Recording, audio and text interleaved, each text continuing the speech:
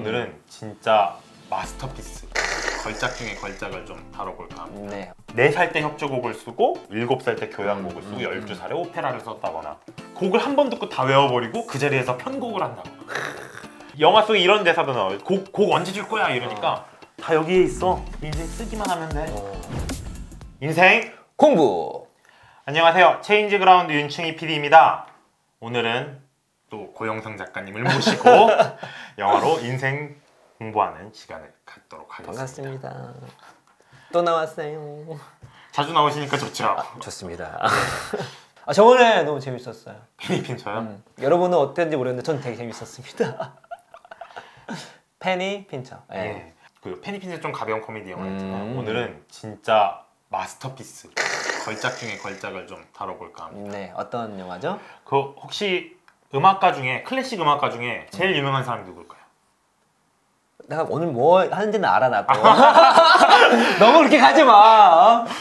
아니 뭐 모차르트, 베토벤이죠. 예. 그냥 딱 투탑 그 메시, 호날두 느낌? 그쵸. 모차르트, 베토벤. 오늘은 그 중에서 모차르트를 다룬 영화 아마데우스를 다루고자 합니다. 저는 이 좀 오래된 영화죠 이게. 예, 오래된 영화죠. 그러니까 저도 80년대 영화인데 봤는데 떠올리면 뭐냐면 모차르트 웃는 것만 기억이 나.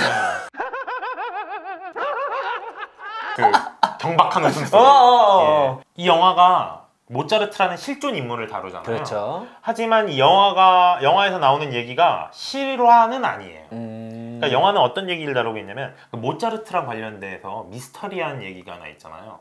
뭐요? 그 모차르트가 죽기 얼마 전에 유령이 나타나서 작곡을 의뢰했대요. 그래서 진혼곡을 의뢰를 했는데 결국 모차르트가 죽기 전까지 그 곡을 완성을 못 시켰고 그 곡이 본인의 장례식에서 진혼곡으로 울려 퍼졌다는.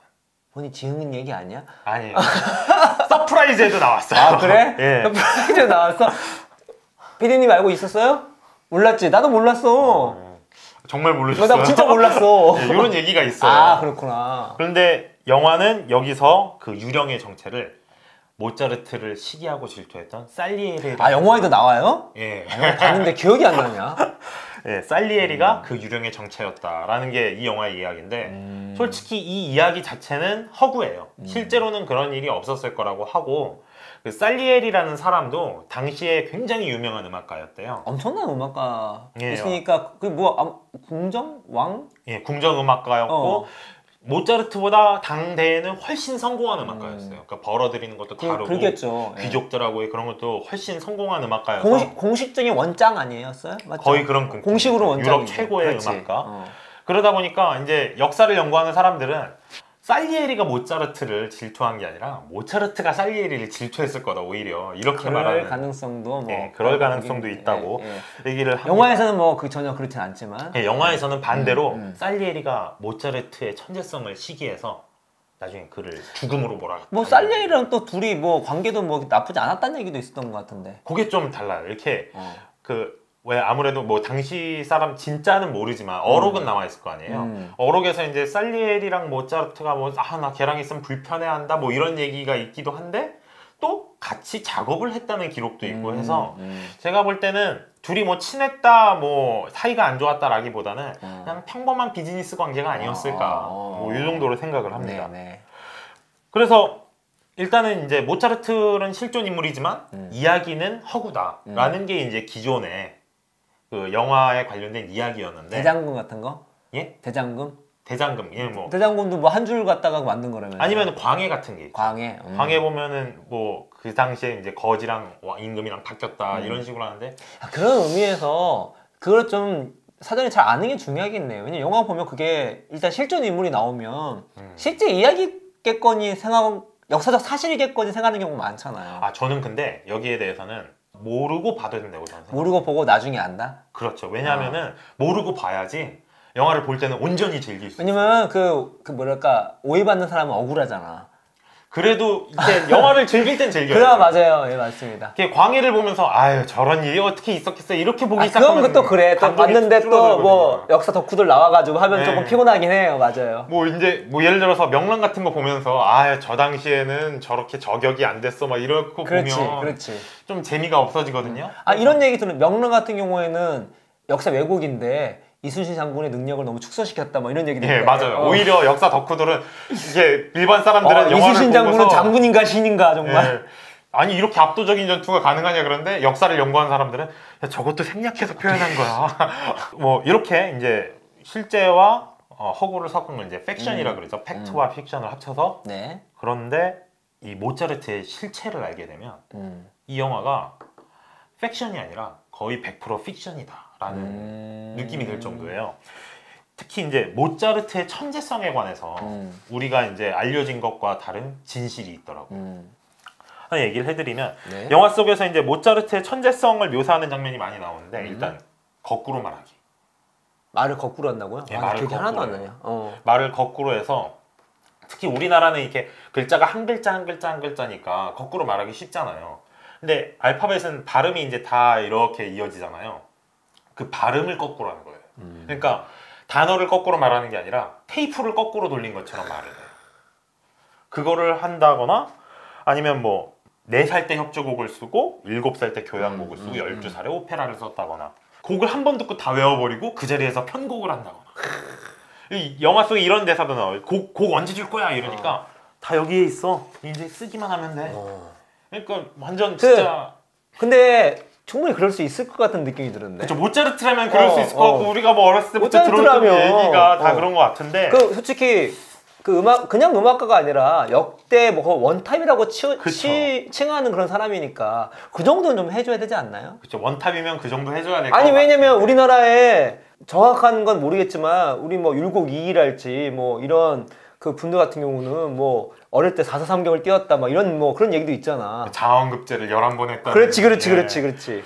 뭐 그런데 실제 모차르트는 영화 속 묘사랑은 좀 달랐대요. 작가님이 쓰셨던 일치월장에도 나오는 얘기인데 모차르트가 그 작곡한 곡수가 총 몇 편이냐? 정말 600인가? 예, 626편을 600. 작곡을 했대요. 근데 모차르트가 요절했잖아요. 35살에. 그렇지. 그래서 한번 계산을 해봤어요. 그럼 626편을 만들려면 얼마나 곡을 많이 써야 되냐? 그랬더니 태어나자마자 탯줄 떼기 시작한 후부터 작곡을 시작하면 한 달에 한 편 이상 작곡을 한 거예요. 태어나자마자 바로 작곡하기 시작하면서 예! 하면서 작곡을 해도 한 달에 한 곡 이상. 그러니까 실질적으로 작곡을 시작하고 나서부터는 한 달에 뭐 조곡 이상 작곡을 했다고 봐야죠. 35살까지 626편이니까. 나이 생각하면 진짜 많이 한 거예요. 예, 근데 아까 뭐 4살 때부터 작곡을 했다고 했잖아요. 그런데 실질적으로 모차르트가 자기만의 독창적인, 그러니까 그전에는 거의 뭐 표절이라든지 그냥 어레인지 정도 이런 느낌이었다면 실질적으로 자기의 곡을 작곡하기 시작한 건 17살이었대요. 그러니까 정말 17살 때부터 35살 요절할 때까지 정말 많은 곡을 썼고, 그리고 진짜 무슨 천재처럼 아기 때부터 막 아장아장 때부터 작곡을 한 게 아니라 17살이면 그렇게 뭐 이것도 충분히 어린 거긴 하지만 그렇다고 뭐 무슨 뭐 신동 막 그런 느낌도 아니잖아요. 또. 그렇지. 요즘 뭐 고딩 래퍼 이런 거 보면 17살들도 음악적인 거 되게 잘하잖아요. 엄청 나더라고. 네. 진짜 가사가 대단하더라고 진짜.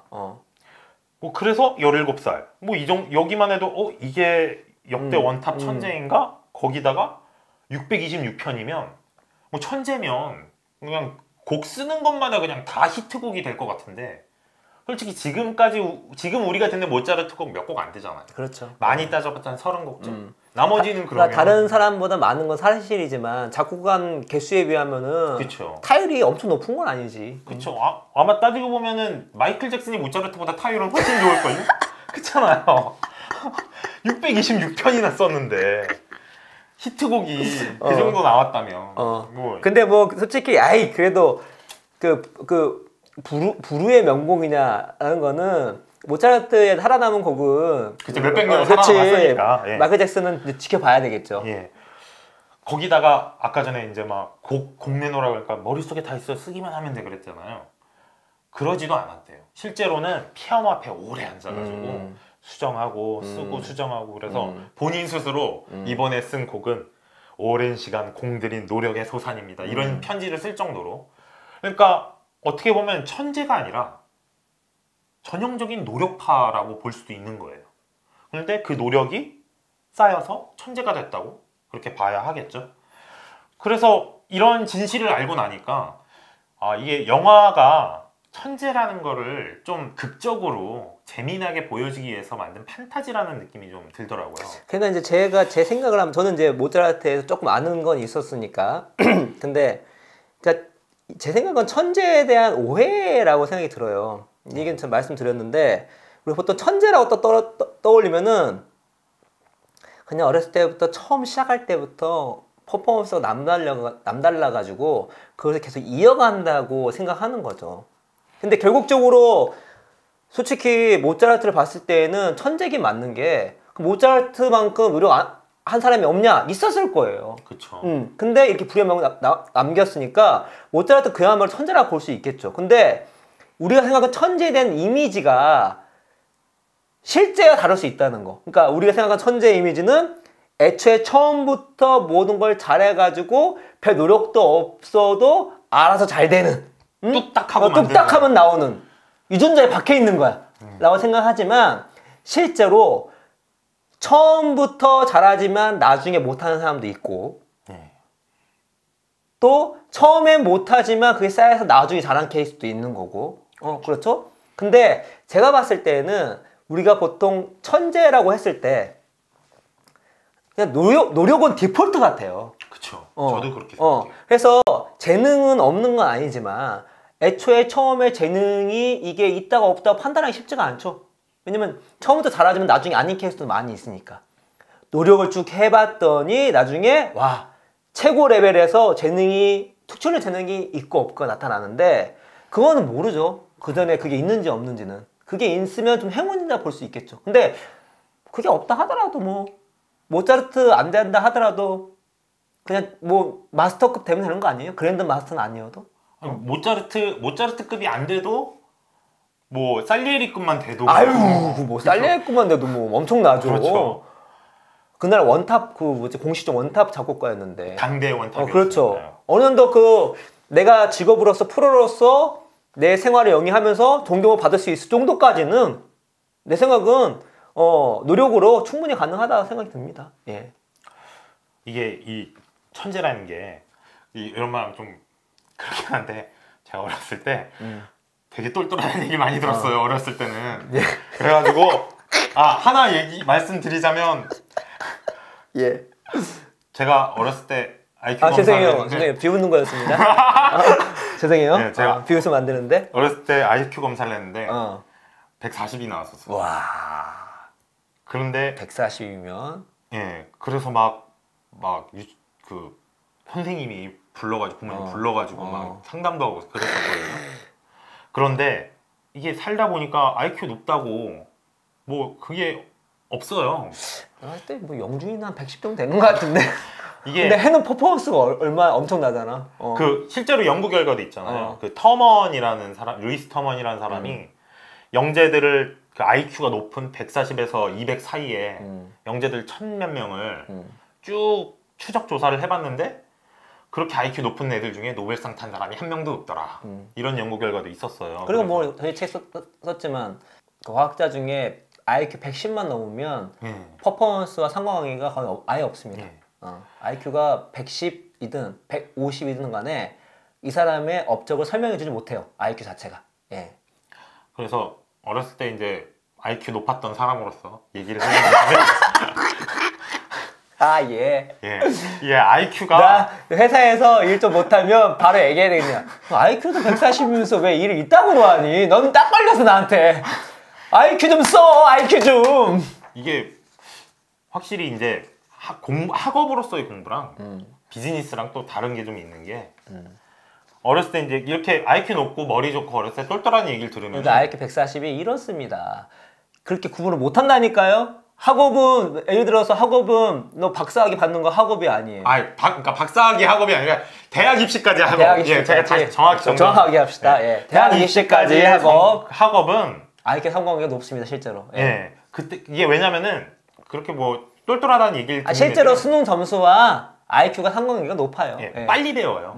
빨리 배운 만큼 나머지 애들보다 뭐 좀 더 훈련을 하거나 더 복습을 하거나 이럴 시간이 더 늘어나니까 그런 애들이 이제 뭐 대학 수능이나 이런 데서 좋은 성적을 받는 게 어느 정도는 연관이 되는데 진짜 이제 뭐 아까 뭐 대학원 같이 대학원이나 뭐 뭐 박사과정이나 이런 것처럼 오거나 아니면 비즈니스로 오는 것처럼 자기가 어떤 분야를 탐구하고 개척해 나가는 순간이 오면 머리 좀 회전 좀 잘 돌아간다는 게 그렇게 의미가 없는 것 같더라고요. 그러니까 그럴 때 필요한 건 뭐 창의성, 뭐 그렇죠. 졸구 능력, 그 다음에 대인관계 능력이 되게 중요합니다. 요즘에는 이게 뭐 천재라고 나오는데 그 타고난 아이디어는 어디서 오는가 그 책의 뒷부분을 보시면 시대마다 우리의 인류의 임팩트를 줬던 그 어떤 발명이 있잖아요. 발명. 발견이 있잖아요. 그거를 4분면으로 나눴어요. 개인이냐 팀이냐, 영리냐 비영리냐 나눴는데 점점 시대가 갈수록 개인은 거의 없습니다. 다 팀이죠. 그러면은 그 얘기 뭐냐면 그런 걸 하기 위해서는 팀을 구축하고 같이 할 수 있는 능력이 필요한 거예요.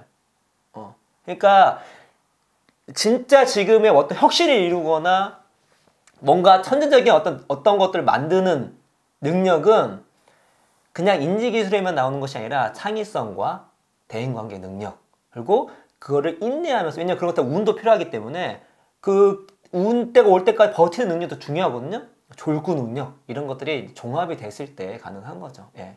그리고 그런 거 보면은 노력이라는 게 좀 이렇게 맨날 노력 얘기하면 좀 지겹으시겠지만 천재도 노력은 디폴트로 들어가게 돼 있어요. 디폴트에 그거는 뭐 이미 얘기 끝난 거죠. 그 1만 시간의 재발면 책 읽어보면은 노력의 양과 질 둘 다 중요합니다. 근데 양 기본 베이스예요. 그렇죠. 대신 똑똑하게 그 노력을 해야 되는 거죠. 제대로 꾸준히 해야 된다는 것이죠. 예. 그래서 이제 모차르트가 우리가 생각했던 그런 천재가 아니었다. 여기까지 알아버리면 영화가 그러면 도대체 진실을 알아버리고 나서 이 영화 완전 거짓말이네? 뭐 다 헛소리였네? 이렇게 생각하시는 분들이 있을 수도 있는데 저는 그럼에도 모차르트의 실체가 영화와 달랐음에도 저는 이 영화를 걸작이라고 여전히 말을 하고 싶어요. 이유가 뭐냐? 아마데우스만큼 질투와 시기를 깊이 있고 상세하게 표현한 영화가 없어요. 그러니까 이 영화를 그 드라마 질투보다 잠시만요. 왜 의문이 드는 거 이건 제목도 질투잖아. 전 그 세대가 아니라서 잘 모르겠어요. 세대가 다르구나. 그런 드라마가 있었나 보네요. 그치, 되게 그거 엄청난 드라마였는데. 예. 시청률 자막으로 띄워주세요. 예. 이 영화를 보고 나면 이 영화가 제목은 아마데우스라서 주인공이 이제 모차르트처럼 그려지는데 내가 볼 때 이 영화의 실질적인 주인공은 살리에리예요. 그래서 살리에리가 모차르트를 시기하고 질투하고 그때 느끼는 뭐 분노, 좌절 그런 감정들이 죄책감 이런 감정들이 이 영화의 핵심이라고 저는 보고 있거든요. 네. 그런데 그러면 이 영화가 얼마나 그 감정을 잘 묘사했냐? 예전에 박사님 신영민 박사님이 주례사에서 비교는 비참하거나 교만하거나 이런 말씀을 하셨잖아요. 살리에리가 그걸 진짜 제대로 보여줘요. 비참하면서 교만한 모습을 보여주거든요. 영준이가 이 영화 보고 그거 쓴 거 아니야? 그 정도처럼 그걸 정말 잘 맞았더라고요. 이게 누군가를 질투하고 시기한다는 건 그 사람하고 나를 비교하기 때문이거든요. 그런데 비교했을 때 이제 상대가 나보다 잘나면 내가 비참해지는 거고 상대가 나보다 못하면 그때 교만해지는 건데 일단 살리에리는 모차르트 때문에 비참해졌어요. 야 얘는 무슨 곡마다 그냥 다 명곡이고 다 쩔고 그게 심지어 다 초안이고 막 이런 식으로 보니까 자신이 너무 초라해지는 거죠. 그래서 비참해지고 자기한테는 그걸 알아볼 능력만 주고 그런 걸 만들 능력을 주지 않은 신을 이제 원망하는 거죠. 비즈니스를 했으면 좋았을 텐데. 그러다가 이제 나중에는 그 시기심 때문에 모차르트를 이제 죽음으로 몰아가서 모차르트가 죽죠. 그러고 나서 이제 내가 모차르트를 죽였다 라고 이제 고백을 하는데 그게 내가 잘못했다 죄책감이 아니었어요. 뭐라 그러냐면 나는 신이 내린 사람들한테 대항한 보통 사람의 챔피언이다. 내가 모차르트를 죽임으로써 보통 사람 너희를 모두 구원했다. 마치 무슨 자기가 예수라도 된 것처럼. 그러니까 솔직히 반쯤 미친 거죠. 그러니까 모차르트를 죽였다는 그거에 죄책감에 반쯤 미친 거긴 한데 그런 거 보면 그러니까 그거네요. 약간 연결시키면 우리는 질투를 하는 원죄가 있는데 죄가 있는데 천재를 죽임으로 말미암아 그렇죠. 그 죄악에서 해방된 거네. 그렇죠. 그 해방을 내가 시켜준 거야. 네. 맞죠? 그렇죠. 그 비참한 심정도 다 나오고 그리고 나중에는 그 비참한 것보다 더 비참해 보이는 교만함까지 이렇게 보여주다 보니까 질투에 대해서 이 영화보다 더 깊이 있게 다루는 작품은 없었던 것 같아요. 고 작가님 이 살리에리라는 인물을 어떻게 생각하세요? 그러니까 영화를 봤을 때는 그때는 되게 옛날 때고 좀 제 기억으로는 그냥 일반적으로 생각할 그때였어요. 모차르트가 잘하고 막 질투하면은 아휴 못난 놈 저거 질투나고 앉았고 그리고 막 모차르트 그게 되게 안타까워 중간에 막 된통 당하는 모습도 있었던 걸 기억나거든요. 그럴 때는 약간 통쾌하기도 하고 해서 살리에르라는 사람 자체를 그냥 뭐랄까 주인공을 부각시키기 위한 하나의 어떤 그런 사람 정도로 생각을 했었어요. 근데 제가 삶을 살아가면서 이게 나이가 제대로 든다는 것이 무엇인가 봤을 때 나이가 제대로 드는 사람, 나이를 제대로 먹고 있다 라는 지표 중에 하나가 뭐냐면 인간에 대한 이해가 깊어진다? 그렇죠. 인간에 대한 이해? 그래서 인간의 존재는 무엇인가? 인간은 누구인가? 이런 것들을 이제 조금 더 배워나오고 경험해 하다 보니까 그 살리에르라는 사람에 대한 평가가 좀 달라지기도 하고 또 게다가 이제 그런 여러 가지 그런 사실을 알다 보니까 그게 어떤 사람 평가할 때 적용이 안 되기가 쉽지 않다더라고요. 그러니까 그 영화 자체가 그렇게 그려졌지만 이미 나 이 사람의 존재를 알고 있으니까 좀 짠하기도 하고 그렇죠. 또 실제는 그게 아니었을 텐데라는 생각이 들기도 하고 그리고 참 질투를 안 하고 사는 삶 자체가 이게 쉬울까? 쉽지 않을 거라는 생각이 들어요. 우리가 인생을 살아갈 때 실제는 천재를 죽일 수는 없잖아.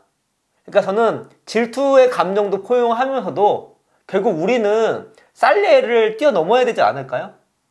그게 뭐냐면 우리는 질투를 안 할 수는 없죠.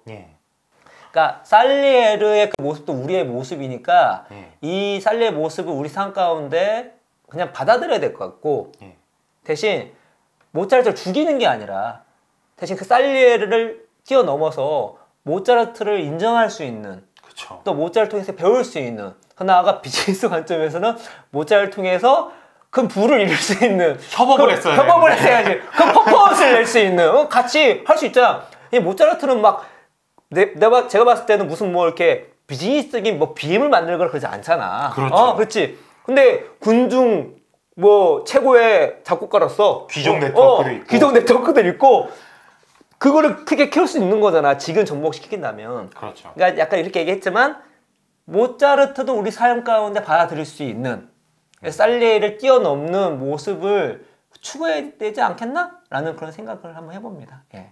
그러네요. 확실히 만약에 살리에리가 그 모차르트랑 협업을 했거나 아니면은 만약에 그 모차르트의 재능을 자기는 알아볼 수 있었잖아요. 그래서 모차르트를 이제 자기 밑으로 들어오게 하고 나중에 이제 베토벤도 자기 밑으로 들어오게 하고 하면은 완벽한 음악 레이블을 만들어서 그렇지. 협업하면 되는 거잖아. 유럽을 완전 지배하는 음악가 JIP 하면 되는 거잖아.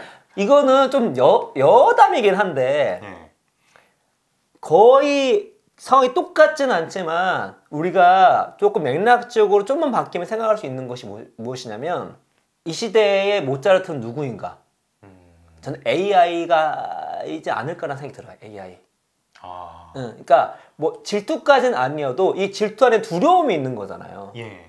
그 재능에 대한. 근데 요즘에 알파고가 등장한 이후에 뭔가 우리가 범접할 수 없는 뭐 천재 그 이상이야.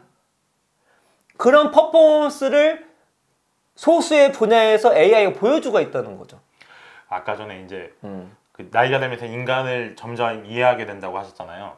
저도 이제 그런 맥락에서 살리에리가 보이고 난 다음에 아까 맨 처음에는 모차르트를 강조하기 위한 비교가 살리에리라고 생각을 했는데 저도 이제 나이가 들고 인간에 대해서 좀 더 이해가 깊어지면서 그때 깨달았죠. 살리에리라는 인간을 돋보이게 하기 위해 모차르트라는 이거는 인간이 아니에요. 그러니까 일종의 자연재해라든가 뭐 무슨 자연재해. 그쵸 자연재해 같은 거 이렇게 운명 같은 그러니까 모차르트라는 그러니까 나중에 이제 모차르트 현실의 모차르트가 다르다는 것도 알게 되고 그런 거 알다 보니까 아 요거는 실질적으로는 존재할 수 없는 일종의 판타지이면서 그런 그 모차르트의 적의 입장에서는 완전 자연재해급 재난이잖아요. 걔 때문에 아무것도 할 수 없게 되네. 그렇지. 자기의 어떤 금간이 무너지는, 그쵸. 자존감이 무너지는. 그래서 그런 비인간적인 존재였구나라고 이렇게 분석이 되더라고요. 그런데 말씀하신 대로 지금 요즘 등장하는 AI는 능력, 퍼포먼스는 우리의 사고가 다다를 수 없는 퍼포먼스를 내면서 특정 분야를 하고 있고 이렇게. 심지어 인간도 아니죠. 게다가 심지어 이게 어디까지 발전할지 모르고 뭐 특이점 그렇죠. 얘기 나오니까 그럴 때에 똑같이 이걸 적용해 보면은 이거를 두려워서 거부하는 사람이 있어요. 그렇죠. 근데 이것도 우리가 극복해야 되지 않겠나. 왜냐면 결국 살리에게 모차르트가 왔잖아요. 결국 AI도 우리한테 왔어요. 그렇기 때문에 똑같이 우리의 본 모습을 인정하면서도 AI를 인정하고 그 AI와 같이 협업을 할 수 있는 게 무엇인지, 어떻게 하면 이거를 우리가 활용할 수 있을 것인지, 그리고 우리가 AI가 우리에게 이로움과 이롭지 않는 걸 줬을 때 어떻게 하면 이론적으로 할 수 있을 것인지에 대한 좀 진취적이고, 더 나아가서는 AI 자체가 이미 있기 때문에 그것이 없는 것처럼 생각하는 것이 아니라 그거를 우리 삶 가운데 품으면서 뭔가 활용하고 함께하고 동업하고 협업하고 그런 쪽으로 마인드를 가져야 되지 않겠나. 그냥 두려워하거나 그런 상태에 머무는 것이 아니라. 예. 그러고 보니까 참 되게 괜찮은 되게 통찰력 있는 비유였던 것 같아요. 모차르트와 AI의 공통점. 되게 고맙네. 말씀 들어보니까 되게 신선한 윤피디님한테 칭찬받았어요. 신선한 고맙습니다. 접근인데 되게 잘 맞는 것 같아요. 예. 그러면은 오늘 이제 그 아마데우스를 마무리하면서 마지막으로 이런 말씀을 시청자분들에게 드리고 싶어요. 그 아까 말씀하셨던 것처럼 재능은 분명 존재하긴 해요. 존재하죠, 당연히. 그런데 그 재능을 탓하면서 저 사람은 뛰어난 재능 덕분에 성공한 거다. 뭐 이렇게 얘기를 하거나 나는 재능이 없으니까 안 될 거다. 이렇게 생각하는 거는 변명이고 도피가 아닐까 생각을 해요. 이게 모차르트가 만약에 그 600편이 넘는 곡을 쓰지 않았다면 지금 우리가 이렇게 천재라고 부르는 사람이 돼 있을지 안 돼 있을지 모르는 거잖아요. 안 될 가능성이 높았겠죠. 그렇죠. 네, 그렇죠. 네. 근데 600편이나 쓰고 났는데 거기에 이제 재능과 맞아서 이제 딱 시너지가 나면서 노력과 재능이 시너지가 나면서 역대 원탑급 작곡가로 그렇죠. 남은 거고 그 뭐 우리도 다르지 않다고 생각을 해요. 우리가 노력도 안 해보고서 난 재능이 있으니까 없으니까 모른다는 거죠. 일단 노력을 해보고 나서 그 다음에 해보니까 내가 노력을 해봤는데 내가 재능도 있고 뭐 운도 터지고 그래서 뭐 싸이가 강남스타일 터진 것처럼 뭐 전 세계적인 유명 가수가 될 수 있을지도 모르고 설령 그게 안 된다고 하더라도 내가 어떤 음악적 재능으로 음악에 학문적 기여를 할 수도 있는 거고 만약에 자기가 노력만 한다면 충분히 그 재능을 사회에 도움을 주도록 할 수 있는 기회는 많다고 생각을 하거든요. 그런데 미리부터 재능이 있는지 없는지 확인도 안 하고 난 재능이 없어라고 생각하고 노력을 안 하면 그때는 진짜 재능이 있는지 없는지 그게 확인을 못하는 일이 아닐까. 전 그렇게 그리고 이제 윤피님께서 질투 얘기를 했으니까 다시 정리를 하면 질투의 화신인 살리에르가 우리라는 거죠. 우리죠. 이거를 담담히 받아들이면 좋을 것 같아요. 대신 우리 살리에르에 멈추는 게 아니라 살리에르처럼 모차르트를 죽이는 게 아니라 모차르트도 포용할 수 있는 그런 그야말로 그게 성숙이라는 생각이 들어요. 성숙. 그게 된다면 나에게 주어진 인생은 나한테 가장 가치 있는 거잖아요.